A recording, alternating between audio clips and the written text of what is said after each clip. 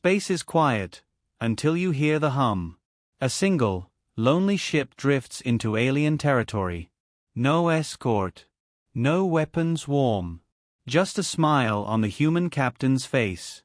That's when you realize, it's already looking at you.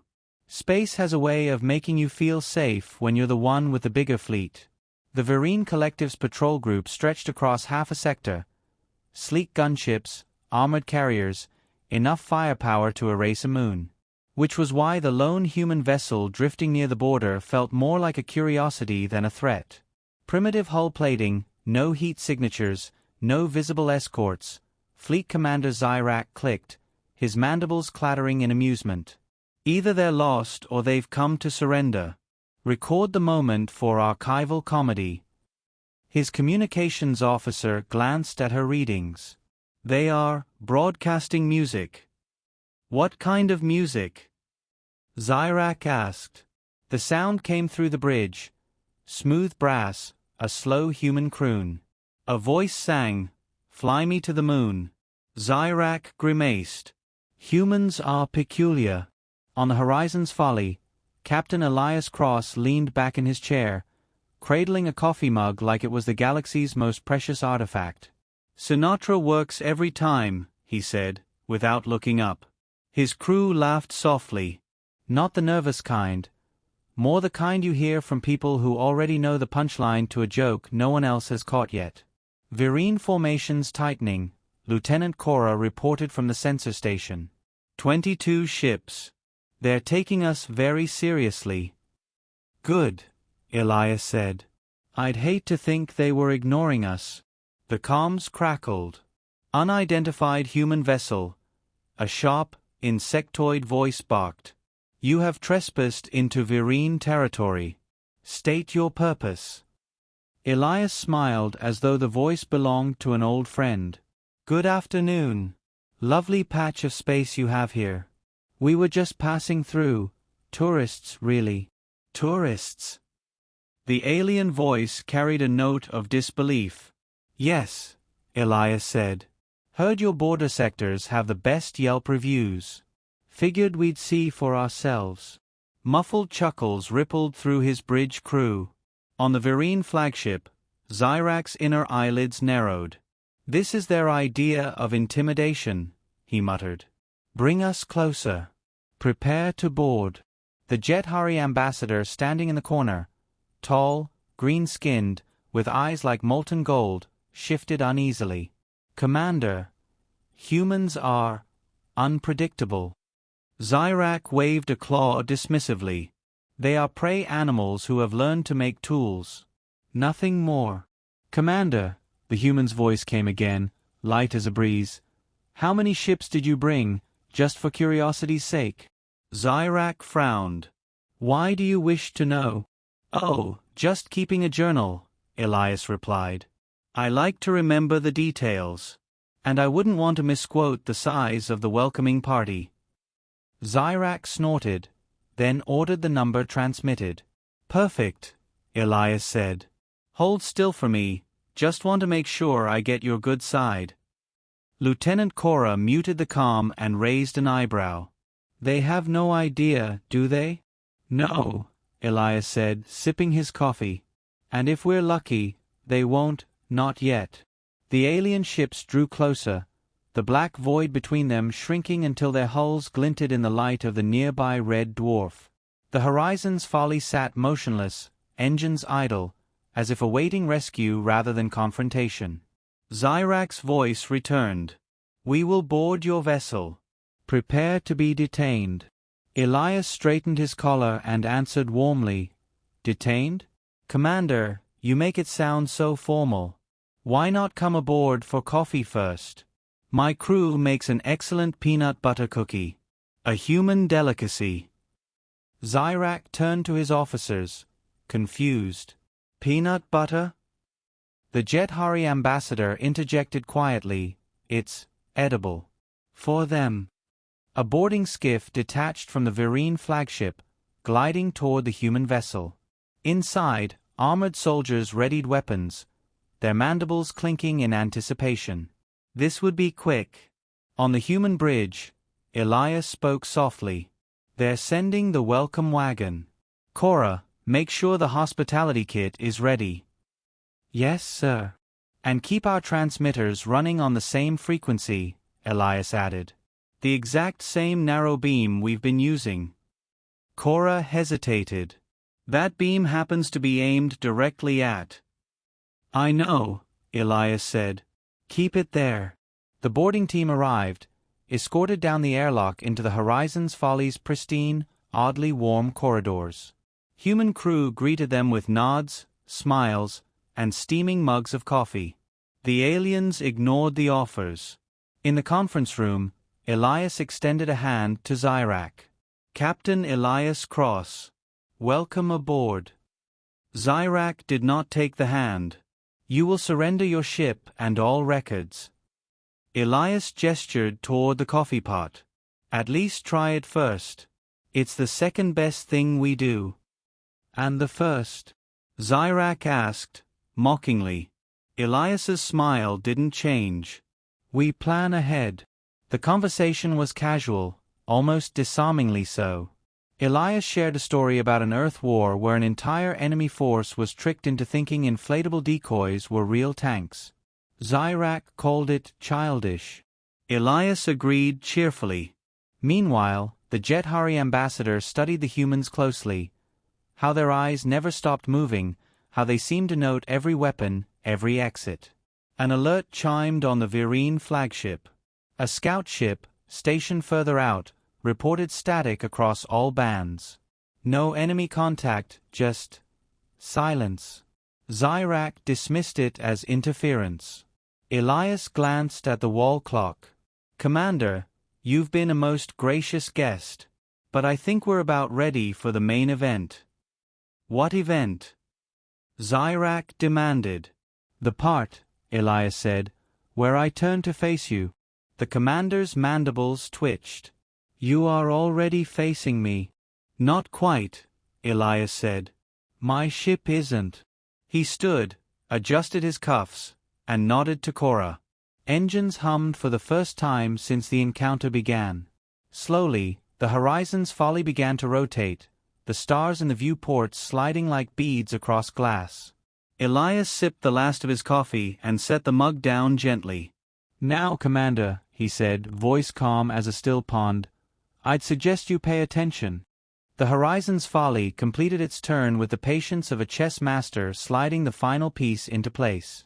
The stars behind it shifted, revealing the endless dark, empty, to any alien eye that didn't know where to look. Commander Zyrak's mandibles clicked. You have accomplished nothing, he said, voice thick with disdain. You remain outnumbered. Outgunned. Elias Cross smiled. That's the thing about numbers, Commander. They only matter if you're counting the right things. They sat across from each other in the conference room. The Virene delegation was rigid, armored, restless. The Jethari ambassador remained unervingly still, his golden eyes fixed on Elias as though searching for the punchline he knew was coming. Elias leaned back, casual. You ever play poker, Commander? I am unfamiliar. Shame. It's a human game about bluffing. You make the other guy think you're weaker than you are, until the cards turn over. His tone was conversational, almost bored. Of course, sometimes you're not bluffing at all. Sometimes you just let them think you are. Outside, the Virene fleet edged closer. The comms officer on their flagship called out readings. The human ship has minimal power signatures. No weapon locks detected. Zyrak's second-in-command tilted her head. Why did they face us if they are not engaging? Zyrak ignored her, focusing on Elias. What is the purpose of your vessel's odd transmission beam? Elias pretended to think. Oh, that? We're just keeping in touch with friends. Lieutenant Cora entered with a tray. Steaming mugs and small plates slid onto the table. Hospitality service, she said with a smile. One Virene soldier sniffed the contents, antennae twitching. What is this paste? Peanut butter, Elias said. Made from roasted legumes. Perfect with coffee. The soldier recoiled, disgusted. The Jethari ambassador, however, took a cautious sip of the coffee, then regarded Elias for a long moment. Bitter, he said. Strong. Elias's grin widened. Exactly. The Vereen commander shifted impatiently. Enough games. You will surrender your vessel. Elias's tone never changed.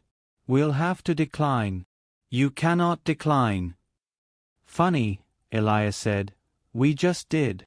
On the human bridge, Ensign Valles watched the tactical display, speaking into a low-band channel only Elias could hear. All ghost signals are holding steady, Captain. Masking is perfect. Elias gave a tiny nod, then turned back to Zyrak. Tell me, Commander, if you were going to trap someone, where would you want them to be? In a position they cannot escape. Exactly. Elias tapped the table with 2 fingers, slow and deliberate. And where are you right now? Static crackled across the Vereen comms. One of their scouts, positioned several thousand clicks out, reported again. Nothing but silence on their channels. No ships, no chatter, no civilian beacons. As if the stars themselves had gone quiet. The Jethari ambassador's voice was low. This silence. It is unnatural. Elias met his gaze. We call it the quiet game. My crew are very good at it. The alien delegation shifted in their seats, some uneasy, some defiant. Zyrak soldiers rested their claws on their weapons. Elias lifted a hand, palm outward. Let's not spoil the mood. No one's shooting yet. Zyrak leaned forward. Yet. Elias set his mug down, the sound oddly loud in the tense room. Commander, do you know what I like about your fleet? Enlighten me. You've brought every important officer you have in this sector, all in one neat, tight little formation. His voice softened, almost fond. Makes life so much easier. A low, rising hum began to fill the alien ship's sensors, not loud enough to be a weapon discharge, but deep enough to make their decks vibrate. The Vereen comm officer reported gravitational distortions forming directly behind the human vessel. Explain that, Zyrak demanded. Elias's answer was calm, almost gentle. Friends. The ones we've been keeping in touch with. The ambassador's golden eyes widened slightly. Cloaked. Elias raised an eyebrow. Not cloaked. Just staying quiet until I asked them to say hello. The hum faded. For a brief moment, it was silent again. The aliens looked to their commander for direction. Zyrak stood, clicking his mandibles. If you believe you can intimidate us with parlor tricks. Oh, this isn't the trick, Elias said, standing too. This is just the introduction. On the Vereen flagship, alarms began to chime. Unidentified signatures, dozens of them, were appearing in the gravitational shadow that the Horizon's Folly had been hiding in.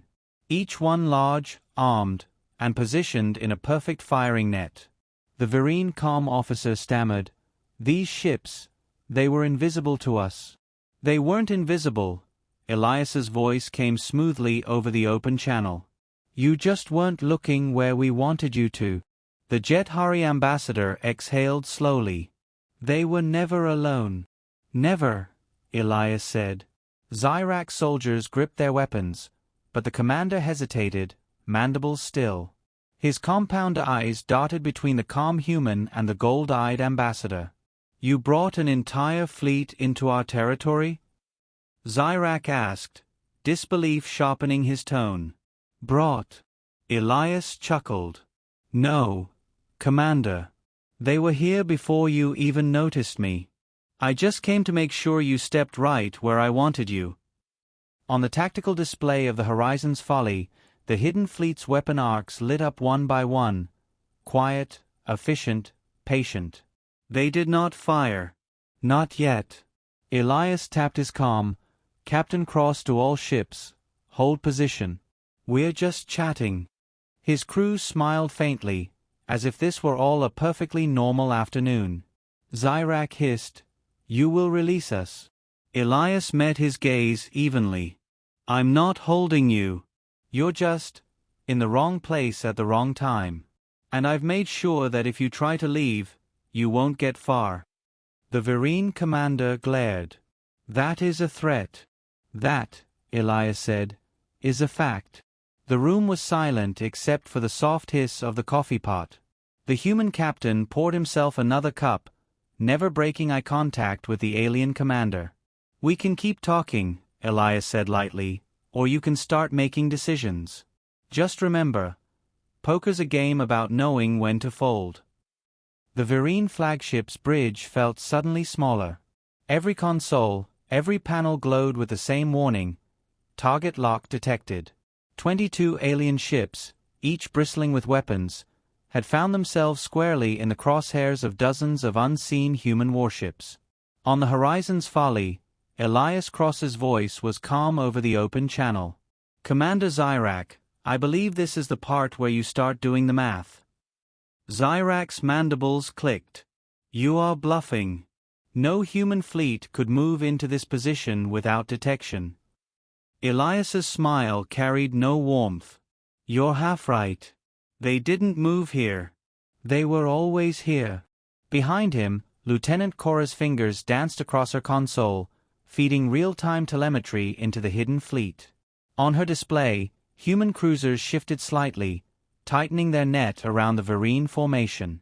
The movement was so subtle that alien sensors still struggled to reconcile it with the empty readings they'd taken just minutes earlier. The Jethari ambassador broke the silence first. "You used the lone vessel as bait." "Of course," Elias said. "You see one harmless target, you tighten formation, you focus all eyes forward, just like you're supposed to. And in doing so," he gestured vaguely toward the viewport, "you stop looking anywhere else." On the Vereen flagship, the second-in-command's voice trembled. "Commander, human vessels are inside our minimum response radius. If they fire..." "If they fire," Elias interrupted, "you'll have about half a second to appreciate the problem before you cease existing." Zyrak's mandibles ground together. "You would not risk such a confrontation. It would mean war." "Commander," Elias said, leaning forward, "you started that when you sent a boarding skiff without asking nicely." The bridge lights on the horizon's folly dimmed slightly. Human warships began cycling weapon capacitors, not loud, not showy, but with the kind of efficiency that made the alien tactical officers' spines tighten. Elias spoke again, his tone friendly in the way a blade's edge might be described as smooth. "I'm offering you a choice. Leave now intact, with a story that you saw nothing worth reporting, or stay, and become the very short, very bright opening chapter of a war you will not finish." The Vereen commander stood rigid, defiance etched into every movement. "You presume too much." "Not at all," Elias replied. "I presume exactly enough." The Jethari ambassador turned to Zyrak. "Commander, they have us. There is no shame in leaving." "There is shame in retreat," Zyrak snapped. "There is more in annihilation," the ambassador countered quietly. Elias tapped the table twice. Instantly, the human fleet shifted formation. Massive silhouettes emerged from the darkness, battle cruisers, frigates, missile carriers, no longer masking their profiles. Every weapon system was primed, every targeting reticle locked. The alien bridge crews went still. Even the background hum of the ships felt muted, as though the void itself was holding its breath.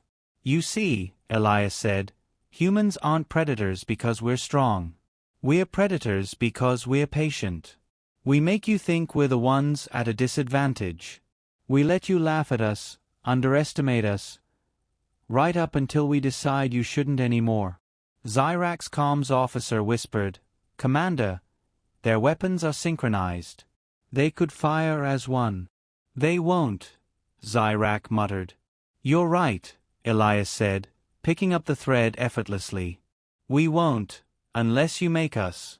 My people have a saying, Never interrupt your enemy when they're making a mistake. But you've already made yours.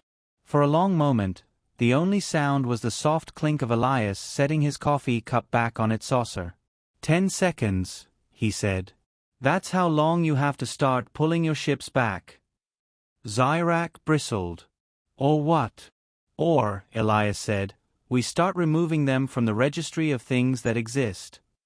Lieutenant Cora began the countdown under her breath, each number sharp and deliberate. 10, 9. On the alien side, crew members exchanged uneasy glances. The Jethari ambassador's throat pulsed in a slow, measured rhythm, fear disguised as composure. 8, 7. Elias's eyes never left Zyrak's. 6, 5. The Virene second-in-command's hands hovered over the navigation controls. 4. Commander, the ambassador said, decide now. 3, 2. Zyrak raised a claw. Hold. Cora stopped. The room felt like it exhaled. You will allow us to depart unharmed, Zyrak said, voice low. That depends, Elias replied. Do you plan on taking your time, or will you show me you can move when properly motivated? On the Virene flagship, engines flared. One by one, the ships began to break formation, backing away from the noose the humans had drawn around them. The movement was stiff, reluctant, but steady. Elias turned to his crew. Hold your locks until they clear the perimeter. If anyone so much as twitches toward a weapon system, remove them from the equation. Minutes passed. The alien fleet drifted outward, the invisible line of human firing arcs still hemming them in. Every alien ship knew, one wrong move, and there would be no second chances. The Jethari ambassador lingered, watching Elias. You enjoy this? Elias's smile thinned. No. But I'm good at it. When the last Virene ship crossed beyond the engagement range, Elias gave the quiet order, stand down for now. The tactical displays dimmed, the tension on the bridge easing by fractions. The hidden human fleet began to melt back into the darkness, vanishing into the same shadows from which they'd appeared. Elias opened a private channel to the ambassador. You might want to reconsider who you ally with. The Virene don't have your best interests at heart. And you do? The ambassador asked. I have my interests, Elias said. Sometimes they line up with other people's. Sometimes they don't. The ambassador studied him. You could have destroyed them. Yes. Why didn't you? Elias's gaze was steady. Because the point wasn't to destroy them. The point was to make sure they remember how close they came. The comms officer signaled. Virene fleet is accelerating to withdrawal vector. Elias nodded. Let them run. And make sure they keep wondering how many more of us are out there, watching. The horizon's folly pivoted slowly, resuming its original course. The red dwarf faded into the distance, swallowed by the quiet. Cora broke the silence. Think they'll be back? Not for a while, Elias said. And when they do, he glanced at the starfield ahead, a faint smile returning. We'll be ready to turn and face them again. The Kethari flagship's bridge was built for intimidation. Towering ceilings, lightless black walls, a sweeping view of the void. Admiral Zorath stood at the center dais, armored hands clasped behind his back, his gaze fixed on the massive holographic display. The human ship, if it could still be called that, was growing in the view. It had begun as a distant contact on their long-range arrays, dismissed as a straggler, perhaps a damaged vessel limping away from some skirmish. But then it had turned. Now it was coming toward them. The bridge crew worked in disciplined silence, their bioluminescent markings flickering with restrained tension. Sensor readouts scrolled rapidly, trying to classify the vessel. Still no registry match? Zoratha's voice cut across the room. The chief analyst swallowed. None. Admiral. Its design doesn't conform to any known human pattern. no thermal signature from engines, no visible weapons arrays. It's not behaving like a warship. Zoratha's mandibles flexed slightly. Not behaving like one, or trying very hard to hide that it is one. Commander Vren, his longtime second, stepped closer. Admiral, if the humans are experimenting with stealth hulls, this might be the prototype. We could destroy it and lose the chance to learn how they built it? Zorath finished for him. No. We wait. We watch. Across the void, the human ship slowed. Not the drifting, hesitant kind of slow. No, this was a deliberate, calculated approach, the kind predators made before striking. Lieutenant Mara Holt, of the ISS Seraphim, sat in the command chair with an air of casual inevitability. The Ketheri fleet floated ahead, neat rows of warships bristling with weaponry. She knew exactly how many barrels, missile tubes, and shield generators were aimed at her ship at that very moment. She didn't care. Status? She asked. Her tactical officer, Jane, replied without looking up from his console. Shields at full, weapons charged. Ketheri are holding position, no signs of flanking movement yet. Yet, Mara repeated softly. The Seraphim was alone. That was by design. The Ketheri thought they'd caught a vulnerable human vessel isolated from its fleet. That illusion had to hold for a few more minutes. Bring us to a full stop, she said. The bridge crew exchanged quick glances. Stopping here, just shy of the enemy's forward firing arc, was the kind of move that could be read as surrender or arrogance. Mara was counting on the latter. On the Ketheri bridge, murmurs rippled through the crew pits. They've stopped. Zoratha's eyes narrowed. Why? Vren leaned forward, antennae twitching. It could be a show of defiance, or an attempt to force us into range of their hidden support fleet. Zorath considered it. If they had a support fleet, our sensors would see something. No, this is bait. The question is, for what? The answer came seconds later. A signal, narrow beam, encrypted, flashed from the Seraphim. It wasn't directed at the Ketheri. It was aimed deep into the empty black behind them. Zoratha's eyes flicked to his comms officer. What was that? Unable to decode, Admiral. The burst was too quick. Less than a second. Less than a second. Just enough for a precise set of coordinates. Mara leaned back in her chair, calm as still water. Now we wait. Wait for what? Jane asked quietly. Her lips curved in a polite smile. For the galaxy to realize that the Ketheri fleet just wandered into the middle of a human exercise zone. Jane's eyes widened, but he said nothing.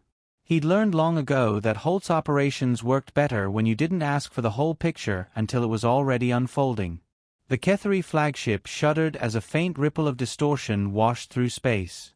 What was that? Vren barked. The sensors officer stammered. Gravity fluctuations. Localized.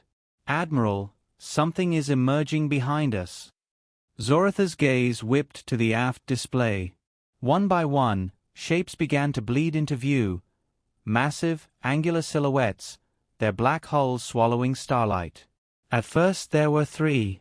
Then 7. Then more than 20. Contact count, 30. No, 40, 46 human warships, Admiral. The bridge lights dimmed as shock swept through the crew. The Seraphim still sat alone before them, but now the void behind the Ketheri fleet was closing in with a wall of human steel. Zoratha's claws tightened on the railing. How? Vren's voice was low, almost reverent. They must have been hiding in microfold space, waiting for a signal. And the signal had come from the lone, unassuming human ship they'd been so intent on studying. Mara's voice came over open comms, crisp and polite. Admiral Zorath, this is Lieutenant Holt of the ISS Seraphim. You've entered restricted training grounds of the Terran fleet. I strongly advise you reverse course. Her tone wasn't hostile. It wasn't pleading. It was the kind of voice one used when informing someone they'd just stepped onto thin ice. Zorath didn't reply immediately. He glanced at the tactical display. Every human ship was now in a perfect encirclement pattern. Their weapons were hot, but their targeting arrays rested calmly, almost lazily, on his fleet. He'd faced warlords, pirates, even the merciless Vothal. None of them had made him feel quite like this, aware, in the deepest part of his mind, that one wrong word could erase him from existence in less than a minute. "Admiral," Vren whispered, "we can still." No, Zorath's voice was final.